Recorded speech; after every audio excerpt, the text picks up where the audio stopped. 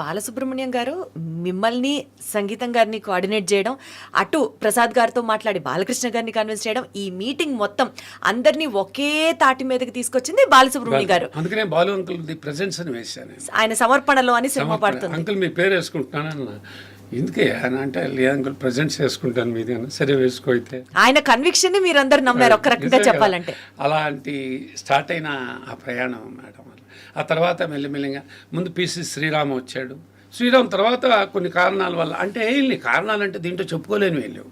అతనికి ఏదో కిడ్నీలో స్టోన్ పడి ఒక 2-3 నెలలు అన్నప్పుడు తనే విఎస్ఆర్ స్వామి గారికి ఫోన్ చేసి, పీరియడ్ ఫిల్మ్కి విఎస్ఆర్ స్వామి చాలా బాగుంటాడు, అప్పుడు సింహాసనం కొన్ని హిస్టారికల్ చేశాడు. ఆయన 300-400 ఫిల్మ్స్ చేసిన సీనియర్ మోస్ట్ కదా. మోసగాడు కూడా కెమెరామెన్ ఆయనే, సింగింగ్ విఎస్ఆర్ స్వామి. దర్బార్లు అప్పుడు లారీ డ్రైవర్ ప్యారలల్గా జరుగుతుంది ఆయనది. మన ఏది బాలకృష్ణ గారిది, స్వామి గారిది పెట్టడం. ఆయనే ఫోన్ చేసి చేయండి నేను వచ్చి జాయిన్ అవుతాన్నాడు. ఆ తర్వాత అతను మణిరత్న సినిమాలోనూ దేంట్లోనో ఉండటం వలన మేము కబీర్లాల్ వచ్చాం. ఈ రకంగా ఒక 3 పెద్ద కెమెరామెన్లు, ఒక పిసి శ్రీరామ్, ఒక కబీర్లాల్, ఒక విఎస్ఆర్ స్వామి గారు, అంటే past future. Exactly past present future 3 tenses కి సరిపడా 3 శ్రీరామ్, పాస్ట్ విఎస్ఆర్ స్వామి గారు, ఫ్యూచర్ కబీర్లాల్ గారు, 3 చేశారు. ఇవన్నిటికంటే అంటే ఈచ్ టైం సెగ్మెంట్ కి ఒక కెమెరామ్యాన్ అయితే సూట్ అవుతారు అన్నది మీ ఆలోచన? అట్టనే లేదండి. మన పిసి శ్రీరామ్ గారు ఇప్పుడు నాకు హెల్త్ ఇష్యూ వచ్చింది కాబట్టి స్వామి గారు బాగుంటుందని స్వామి గారిని పెట్టేశారు. స్వామి గారిది మాకు దర్బార్ మ్యాటర్ ఒక 8 షెడ్యూల్స్ పట్టింది మేడం. అక్కడ మాకు ఇంకా అది it took a long time. By that time ఈ ఏజ్ ఆ దొంగ ఏదో దాంట్లోకి వెళ్ళిపోయాడు అతను. సారీ తిరుడా అని తమిళ్ ఫిల్మ్, దాంట్లోకి వెళ్ళిపోయాడు ఇతను. ఎవరు? పిసి శ్రీరామ్. కాబట్టి 3 కెమెరామెన్ వెంటనే ఈయన సజెస్ట్ చేశారు మన డైరెక్టర్ గారు, కబీర్లాల్ బాగుంటాడు అని చెప్పి అతను తీసుకురావటం చాలా అద్భుతం, ఫ్యూచర్లో అక్కడి నుంచి చేయటం అంది. కాబట్టి ఇది టోటల్గా మాకు ఒక 120 days పట్టింది. ఒక 11 months అంటే అనుకున్న. ఇప్పుడు అది అంత క్రితం, ఇప్పుడు ఆ టైంలో అన్ని సినిమాలు 3 to 4 months మ్యాక్స్ ఎవరిదైనా సరే. అది ఒక 4 months 5 months వరకు వెళ్తుంది అనుకున్నది. It took a long time because of the Darbar. ఇది వీటని మనతో దీంతో పాటు ఇళయరాజా రావటం. నేను కొంచెం బాలంకులు చిన్నోడు పెద్దోడు చేశాడు. 2వ సినిమా మళ్ళీ ఏదైతే బాలంకుల్ ద్వారా వచ్చిన ఈ కథలో బాలంకులు నేను ఎవరు చేస్తే బాగుండదేమో, సంగీత గారే మాట్లాడరు. సరే అని చెప్పి నేను బాలుగారితో, అంకుల్ మరి మ్యూజిక్ మీరే కదా 2వ సినిమా కూడా నాకు హిట్ కూడా ఇచ్చారు అని చెప్పండి. నేనంటే మ్యూజిక్, ఆయన ఆల్రెడీ మ్యూజిక్ చేస్తున్నాడు, బోల్డ్ సినిమాలు చేస్తున్నాడు. అప్పుడే ఆయన మ్యూజిక్ ఇష్టం, మ్యూజిక్ డైరెక్టర్గా చేయాలని ఇష్టం. ఈ సినిమాకి వద్దు అన్నాడు. మరి ఇళయరాజానయ్య రాజానే నేను ఆడతా కానీ రాజాకి ఫోన్ చేసి చెప్పేసి మ్యూజిక్ ని కూడా ఆయనే కోఆర్డినేట్ చేశారు. రాజా కూడా ఆయన వచ్చేసారు. డైలాగ్స్ ఎవరు? అప్పుడు ఎన్ని సినిమాలు జరుగుతున్నాయి తెలుసా? 5 సినిమాలు జరుగుతున్నాయి. నాకు ఆల్రెడీ చిన్నోడు పెద్దోడు పోర్ట్రేట్ రాయించుకున్నా జంజాల్ గారితో. జంజాల్ గారి చేత డైలాగ్స్, జంజాల్ గారును సంగీత గారిని కలిపాము. అది ఒకటే సినిమా వాళ్ళు చేసింది. జంజాల్ గారు నేను ఎందుకు రాయను బాలు, బ్రహ్మాండంగా రాస్తాను. జంజాల్ గారిని కూడా బాలు గారు మాట్లాడారు. నాకు జంజాల్ గారు ఆ సినిమా బ్యాక్ బోన్, ఒక థ్రెడ్ అంటే మాత్రం అది బాలసుబ్రహ్మణ్యం గారే అండి. చాలా అద్భుతం అది. అలాంటి ఒక క్లాసిక్ ఫిల్మ్ ని ఇప్పుడు మళ్ళీ రిలీజ్ చేయాలి అన్న థాట్ ఎలా స్టార్ట్ అయింది? చెప్తాను మేడం. ఇలా మనం కొంతమంది చెప్పుకుంటున్నాం కాబట్టి వరుసలో పేకెట్ రంగా గారు ఆర్ట్ ఎంత మీకు తెలుసు. అతను కన్నడలో రాజ్ కుమార్ వీళ్ళతో ఈ టీంతో వాళ్ళిద్దరికీ అనుబంధం ఎక్కువ. రాజ్ కుమార్ సినిమాలు ఎక్కువ చేశారు. సంగీతం శ్రీనివాసరావు గారు అక్కడ దర్బార్లో పేకెట్ శివరాం గారు అబ్బాయి, పెద్ద అబ్బాయి, అతను బాగుంటాడంటే ఆయన దాని మీద ఆయన కూర్చుని స్కెచ్లు వేసుకుంటూ దానిది. అందులో పర్టికులర్గా కృష్ణదేవరాయ పీరియడ్లోకి కృష్ణదేవరాయ ఆయనకి కిరీటాలు కానించి అది ఇంకా బాలకృష్ణ గారు దాంట్లో దిగిన తర్వాత ఇంకా ఆయన వేరే లెవెల్ నెక్స్ట్ లెవెల్ అన్నీ తెప్పించుకుంటూ నాన్నగారి సినిమాలో నుండి చూస్తూ అవన్నీ ఆయన కూడా ఇన్వాల్వ్ అయ్యి ఇన్ని రకరకాలైన ఇదితో సమిష్టి కృషితో స్టార్ట్ అయిన ఆ సినిమా ఇవాటికి మీరు అన్నట్టుగా రిలీజ్ వరకు వచ్చింది. అది ఐఎమ్ వెరీ హ్యాపీ. ఎందుకంటే ఇది నేను 4-5 సంవత్సరాలుగా ఈ మధ్యన రిలీజ్ కల్చర్ స్టార్ట్ అయ్యి ఒక 4-5 years అయింది. నేను ట్రై చేస్తున్నా, ప్రింట్ దొరకలేదు, నెగిటివ్ లేకపోవటం, ప్రింట్ మాత్రం దొరుకుతుందని చెప్పి ట్రై చేస్తున్నాను. ఆ ప్రింట్లో ఇప్పుడు మొన్న దొరికింది నాకు ఒక 7-8 months బ్యాక్. అప్పుడు దొరికిన తర్వాత నేను అది మెల్లగా దాన్ని ప్రాసెస్ చేసుకుంటూ వస్తున్నాను. ప్రాసెస్ చేస్తే బాగా వచ్చింది, హాయిగా తృప్తిగా అనిపించిన తర్వాత రాత్రి మేము రెడ్ ఫిలిం ఫెస్టివల్, వాళ్ళది రెడ్ లారీ ఫిలిం ఫెస్టివల్ జరిగింది, దాంట్లో వేశారు. రాత్రి 7:30కి జరిగింది. అందరూ ఎవ్రీవన్ ఈజ్ ఎక్స్ట్రీమ్లీ హ్యాపీ. బయటకు వచ్చి నాతో చాలాసేపు ఇంటరాక్ట్ అయ్యారు. And I'm very happy and proud to release the film. It's not like a regular film, it's a classic. Everyone has to do see the film in the theatres. Music కూడా 5.1 చేసాం. మళ్ళీ రాజా గారి music ఇప్పుడు 5.1 వింటే అందరికీ తెలుస్తుంది.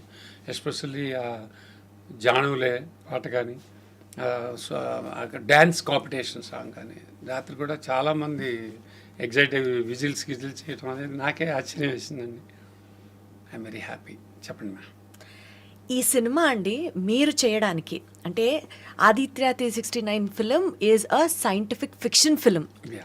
And Indian సినిమాలోనే అదొక కొత్త ఎక్స్పెరిమెంటల్ ఫిలిం అప్పటికి. Yes. 34 years back. Yes ma'am.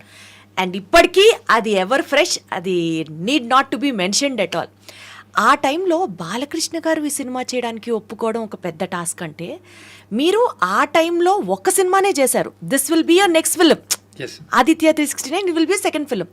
ఇంత పెద్ద ప్రాజెక్టు అప్పట్లో ఒక సినిమానే చేశారు కాబట్టి మిమ్మల్ని చిన్న నిర్మాత అనుకుంటూనే బాలకృష్ణ గారు యాక్సెప్ట్ చేయడం, ఇంత పెద్ద పెద్ద టీం ఉన్న క్రూ ఉన్న వాళ్ళందరూ మీకు అలైన్ అవ్వడం, డూ యూ థింక్ ఇది ఫిలసాఫికల్గా అలైన్ అయిన ఫిలిం అని నమ్ముతారా మీరు? 100% మేడం. నేను ఎప్పుడు దానికే నమ్ముతా. ఎందుకంటే అయితే సినిమా మీరన్న దాంట్లో ఒక చిన్న ఇదేంటంటే, సినిమా వాతావరణం కొత్తది కాదు. వాతావరణం నేను ఆల్రెడీ మా మామయ్య వల్ల, చంద్రమోహన్ గారి వల్ల బాగా అలవాటు పడిపోయాను. యాజ్ ఏ హీరోగా అయినప్పుడు సీతామహాలక్ష్మి, బోల్డ్, సిరిసిరిము, తర్వాత సిరిసిరిము కాదు, సిరిసిరిము is too young for me నేను అప్పుడు రాలా ఇండస్ట్రీలోకి. సీతామహాలక్ష్మి తర్వాత 16 వయసు అని చాలా పెద్ద పెద్ద సినిమాలు, మామయ్య మార్కెట్ ఇండివిజువల్ హీరోగా రావటం మొదలైన టైంలో నేను had to go for is assisting the accounts, what ever the managerial అన్నీ నేనే చూసుకున్నాను. చంద్రమోహన్ గారి మేనేజర్ కాబట్టి అక్కడే ఉంటూ, దానివల్ల నాకు ఎక్స్పీరియన్స్ అనేది ఈ సినిమాలు పెద్ద హీరోలతో చూస్తున్న వాళ్ళతో మామయ్య చేస్తున్నవి అన్నీ ఇట్లా వెళ్ళిపోయేవాడిని కాబట్టి, మిగిలేవాడిని కాబట్టి ప్రొడక్షన్ అనేది నాకు పెద్దగా పెయిన్ఫుల్ అనిపించలే. కానీ మీరు అన్నారే ఒక టెక్నికల్గా చూస్తుంటే ఇదేంటి ఎక్కడికక్కడే థ్రిల్ ఫీల్ అవుతుంటాం. వీళ్ళందరూ మాట్లాడుకుంటుంటే అబ్బా ఇదే చాలు, ఒక యూనివర్సిటీ లాగా ఉంటుంది. వాళ్ళు దేవర్ డిస్కసింగ్ సంథింగ్ అంటే పక్కన కూర్చోపెట్టేవాడు. ద మోస్ట్ అంటే ఇప్పుడు ఆ వాతావరణం ఉందో లేదో నాకు తెలియదు మేడం. ఎందుకని నాకు ఉందో లేదో అని తెలియదు అంటే ఇది తప్పించుకోవటం కాదు. నేను ఇప్పుడున్న పేరున్న డైరెక్టర్లు, అంటే గొప్ప పేరున్న డైరెక్టర్లు, వాళ్ళతో నేను ట్రావెల్ అవ్వలేదు కాబట్టి, అంటే వాళ్ళు నాకు సినిమా చేయకపోవటం, నేను వాళ్ళకి సినిమా అడగకపోవటం జరిగి ఉంటుంది కాబట్టి ఇప్పుడు తెలియదు. కానీ ఆ ఇన్వాల్వ్ చేయటం, జంజాల్ గారు డైలాగ్ రాయగానే కృష్ణ ఒకసారి చదువుకోవాలని అంటూ డైరెక్టర్ ముందే ఇచ్చేవాళ్ళు. అది ఇవాళ కల్చర్లో జరగదు మేడం. సరే ఇది ఎలా ఉంటుంది, డైరెక్టర్ని అక్కడ పెట్టుకుని ఈ డైలాగ్ ఇలా అనొచ్చు సార్ జంజాల్ గారు అంటుంటే, ఏం డైరెక్టర్ గారు అంటుంటే ఇది అంటే ప్రొడ్యూసర్ని కూడా ఈక్వల్గా సినిమాలో ఇన్వాల్వ్ చేయడం అన్నమాట. ఆ వండర్స్ అన్నీ ఎంజాయ్ చేశాను నేను. అయితే ఇప్పుడున్న కాలానికి తగ్గట్టుగాను ఉంటున్నాం అనుకో, ఎందుకంటే ఉండాలంటే మరి అది తప్పదు. అంటే ఎస్టర్ ఇయర్స్ని ఫిలిం ప్రొడ్యూస్ చేసిన ప్రొడ్యూసర్స్లో మీరున్నారు, ఇప్పటికీ మీరు సినిమాలు చేస్తున్నారు. సో ఇప్పటి తరం వాళ్ళతో కొంచెం కొలాబరేట్ అవుతూ మాట్లాడే అంశాలని నెక్స్ట్ హాఫ్లో మాట్లాడుకుందాం. ఆదిత్య 369ని మాత్రమే ఫోకస్ చేస్తూ మాట్లాడితే, బాలకృష్ణ గారి ఆయన ఆహార్యం దగ్గర నుంచి, ఆయన వాక్చాతుర్యం దగ్గర నుంచి, ఆయన నటనా నైపుణ్యం దగ్గర నుంచి ఇన్ని ఎలిమెంట్స్ మాట్లాడుతూ వెళ్తే అనండి అన్ని కామాలు చెప్పుకుంటూ వెళ్ళాలి. బికాజ్ ఆయన ఈ సినిమాకి ఇచ్చినటువంటి ఇన్వాల్వ్మెంట్, ఎంత డెడికేటెడ్గా, every dialogue is like a masterpiece లాగా, ఎస్పెషల్లీ కృష్ణదేవరాయల గారి లాగా ఆయన చేయడం. ఎలాంటి ఎక్స్ట్రా కేర్ తీసుకునేవారండి ఆయన ఈ క్యారెక్టర్ కోసం?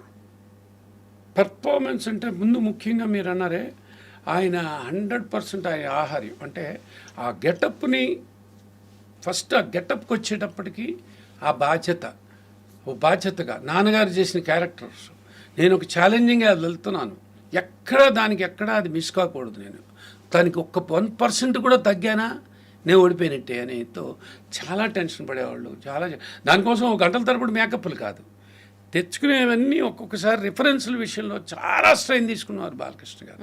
అంటే డైరెక్టర్ గారికి అంటూ ఒక ఐడియా ఉంటుంది, ఆర్ట్ డైరెక్టర్కి వాళ్ళతో ట్రావెల్ అవుతుంటారు, ఒక కెమెరామెన్కి ఇది ఓకేనా, ఇది ఏమన్నా మీకు వేరే కెమెరాలో ఎలా ఉంటుంది అనేది అవి చెప్పడం అనేది ప్రతి డైరెక్టర్ తీసుకునేదే. ట్రావెలింగ్లో ఆర్ట్ డైరెక్టర్తో కూర్చొని చేసుకునే వరకే. But in addition to this ఈయన అవుట్పుట్లు తీసుకురావటం, ఇది డైరెక్టర్ గారు ఇది ఎట్లా ఉంటుంది, ఇది ఓకేనా మీకు చూసుకోండి అని అంటాం. అంత దాంట్లోనే అంత స్ట్రెయిన్ తీసుకుని మిగతా సినిమాల్లో అప్పట్లో ఆయన చేస్తున్న కమర్షియల్ సినిమాలకి ఇవేం ఒక్కలా ఇలా చేసామా వచ్చామా అంతే. దీనికి మాత్రం అంత శ్రద్ధ, పర్టికులర్గా డైలాగ్ విషయంలో kapటప్పటికి ఆ మోతాదు ఎక్కడ మీకు కృష్ణదేవరాయ చూస్తుంటే మీకు ఈవెన్ ఈ హీరో ఇది ఈయనైనా ముద్దుల మావయ్యలు చేసింది, ఈయనైనా లారీ డ్రైవరు, బ్లాక్ బస్టర్ అమ్మా. December 21, 1990 రిలీజ్ అయింది. నాది July 18, 91 రిలీజ్ అయింది. అసలు ఆ ఎమోషనల్ డ్రైవ్, ఆ డైలాగ్స్, అట్లాంటి దాంట్లో అలాంటివి ఈ మనిషి ఇక్కడికి వచ్చేప్పటికి subtle even other character also we're talking about only Krishnadevaraya. The other character also చాలా స్మూత్గా, చాలా ఇదిగా ఉంటుంది. డైరెక్టర్ గారు ఆయన డైరెక్టర్స్ మనిషి, ఒక్కసారి సెట్కి వస్తే ఆయన డైరెక్టర్ గారు ఏం చెప్తే అది చేసి వెళ్ళటమే. మీకు కూడా బాలకృష్ణ గారు అంటే ఒక ప్రత్యేకమైన ప్రేమ అభిమానం అంట కదా, 4 సినిమాలు చేసినప్పటికీ కూడా ఒక సొంత ఫ్యామిలీ 100% అమ్మా. బాలకృష్ణ గారు నన్ను నమ్మి నాకు నిజంగా 4 చిత్రాలు ఇవ్వటం. ఇప్పుడు బాలు గారు ఒకటే గుర్తుపెట్టుకోండి, బాలు గారు లాంటి వాడు నాకు ఇంత గొప్ప సినిమాను ఆపర్చునిటీ ఇచ్చిన తర్వాత if I'm not right, if I'm not balanced, అందుట్లో బాలకృష్ణ గారితో అప్పుడు మళ్ళీ తర్వాత కంటిన్యూ అవుతుందిగా, థ్యాంక్స్ ఈ మంచి హిట్ సినిమా చేసామని అక్కడితోనే ఇదైండేది. కంటిన్యూ చేశారంటే మళ్ళీ వంశానికి ఒకటి ఇచ్చారు, అది మంచి సక్సెస్ఫుల్ సినిమా. తర్వాత మళ్ళీ బలేవాడి బాస్ చేశాను. అన్ఫార్చునేట్లీ యాక్చువల్లీ ఆ చాయిస్ డైరెక్టర్ చాయిస్ ఆయన చెప్పిన దానికి వెళ్ళి ఉంటే కూడా బీన్ డిఫరెంట్. మిత్రుడు ఒకటి చేశాను, అది మళ్ళీ బ్యాలెన్స్డ్గా ఉంటుంది. దాంట్లో ఏదో ఒక ఎమోషన్ తగ్గింది కాబట్టి పెద్దగా అది ఆయన అర్థం చేసుకోవడం. బట్ నాకు కంటిన్యూస్గా సినిమాలు ఇచ్చారు ఆయన. అంటే 4 సినిమాల్లో 2 బ్లాక్ బస్టర్స్, 2 నేను బలేవాడి బాస్లోనే ఎక్కువ తప్పు చేశాను. మిత్రుడి విషయంలో ఆ ఎమోషన్ సరిపోలేదని అంటారు, కానీ మిత్రుడు చూసిన వాళ్ళందరూ ఎవరు అనరు, మంచి సినిమా అంటారు. అయితే ఫార్చునేట్లీ నా అదృష్టం ఏంటంటే మేడం, నేను మిగతా సినిమాలు మిగతా హీరోలతో చేసే అవకాశం రాలేకపోయటం అనేది కాదు, మనకంటూ ఒకటి రాసి పెట్టి ఉండాలంటారమ్మా. ఆ అదృష్టం ఏంటంటే నాకు, నేను ఎప్పుడు అదే అనుకుంటా, చిరంజీవి గారు హాయిగా మాట్లాడతారు నాతో, హాయిగా ఆయనతో యాజ్ ఎ ఫీజ్ ఆయన ఏదో ఆయన ప్రొడ్యూసర్ లాగా మాతో ఆ రెస్పెక్ట్ ఇస్తారు. వెంకటేష్ అంటారా, నాగార్జున గారు అంటారా, వాళ్ళతో నేను ఎక్కువ ట్రావెల్ అయ్యాను కూడా. సినిమాలు జరగకపోవటానికి కారణాలు వేరే ఉండొచ్చు, అంటే ఆ టైంలో మనకు వర్కౌట్ అవటం అనేది కావాలి, అన్ని బోల్డ్ ఉంటాయి. ఇర్రెస్పెక్టివ్ ఆఫ్ ద రిజల్ట్ మీకు బాలకృష్ణ గారికి ఎప్పుడు ర్యాపో బాగుండిందా? ఇప్పుడు కూడా ఎప్పుడు అది ఫర్ ఎవర్. రిలీజ్ కి సంబంధించి ఆయనతో అడ్వైజులు తీసుకుంటూ ఉంటారా, ఆయనతో సంప్రదించారు? లేదమ్మా, ఏం చేశానంటే నేను ప్రింట్ దొరికిన తర్వాత స్టార్ట్ చేసే వరకు ఇది కరెక్ట్గా వస్తేనే బాగుంది అనిపించుకుని, ఏది అంటే ఇవాళ ఒక మనం మళ్ళా రిలీజ్ చేస్తున్నామంటే, ఒక ప్రింట్ని డిజిటలైజ్ చేస్తున్నామంటే దానికి ఆ స్థాయి ఉండాలి, అది కనపడాలి. మళ్ళీ ఆన్ స్క్రీన్లోకి వచ్చేటప్పటికి ఏంట్రా ఇలా కనపడుతుంది అన్నట్టుగా అనిపించుకోకూడదు, అది నాకు భయం. ప్రసాద్ చెన్నై వాళ్ళు చేశారు, అది చేస్తుంటే వాళ్ళ ప్రసాద్ కార్పొరేషన్ చెన్నై, మన ప్రసాద్ ల్యాబే అది, వాళ్ళందరూ చేసి నాకట్ట కాదు సార్, నాకు అప్పుడప్పుడు టెస్టింగ్లు పంపించండి అని హైదరాబాద్కి వాళ్ళు టెస్టింగ్లు పంపించి ఇది బాగా, ఇది కొంచెం బ్లూ ఎక్కువ, ఇట్లాంటివన్నీ చేసి there is a lot of redo exercise for this. 6 months అయింది. నేను అనౌన్స్ కూడా చేయలేదమ్మా, ఎందుకంటే అప్పుడు బాలకృష్ణ గారికి చెప్పాను, బాబు ఇట్లా ఈ ప్రింట్ దొరికింది, నేను చేశాను, కాపీ వచ్చినప్పుడు మీకు చూపిస్తాను. ఓకే, అంటే టెక్నికల్గా ఆల్రెడీ షూట్ అయిపోయి రిలీజ్ అయిపోయి హిట్ అయిపోయిన సినిమాకి కూడా రిలీజ్ చేయాలంటే చాలా వర్క్ ఉంటుందా సార్? అంటే డిజిటలైజ్ చేయాలిగా. ఇప్పుడు ప్రింట్ అనేది లేదు కదమ్మా, మేమేదో ప్రింట్లు ఆడిన ప్రింట్లు వర్షాలు వచ్చినట్టు ఉంటాయి, గీతలు పడిపోయి ఉంటాయి, సౌండ్ పోయి ఉంటుంది, ఇవన్నిటిని మ్యాచ్ చేసుకుంటూ రావాలి. ఒరిజినల్ సౌండ్ ఏమో రికార్డింగ్ థియేటర్స్లో ఉండేవన్నీ ఇప్పుడు ఆ టేపులన్నీ లేవు, ఎవరికి వాళ్ళే అవి దాచిపెట్టుకోవాలి మేము. మా అన్ఫార్చునేట్లీ వీటి వాల్యూ తెలియకపోవటం ఉంటారు. అది ఇప్పుడు అవన్నీ వాటిలో తెచ్చి మళ్ళీ ఒక దాంట్లో తీసుకొచ్చి వాళ్ళంతా అది కష్టపడి చేశారు, బాగుంది, ఇది చూపించవచ్చు అన్నప్పుడు బాలకృష్ణ గారికి అప్పుడు బాబు ఇట్లా ఇది అయింది, మనం సినిమా చూద్దాం, చూసిన తర్వాత డిసైడ్ చేద్దాం రిలీజ్ చేద్దాం లేదని. ఎందుకంటే ల్యాబ్ వరల్డ్ మేము వర్క్ చేసాం సార్, అదిరిపోయింది సార్ అని అనొచ్చు, బికాజ్ వాళ్ళు బోల్డెన్ సినిమాలు చేస్తున్నారు, దే ఆర్ అది ఎక్స్పర్ట్స్. ఒక ప్రొడ్యూసర్ గా మీకున్న బాధ్యత. అది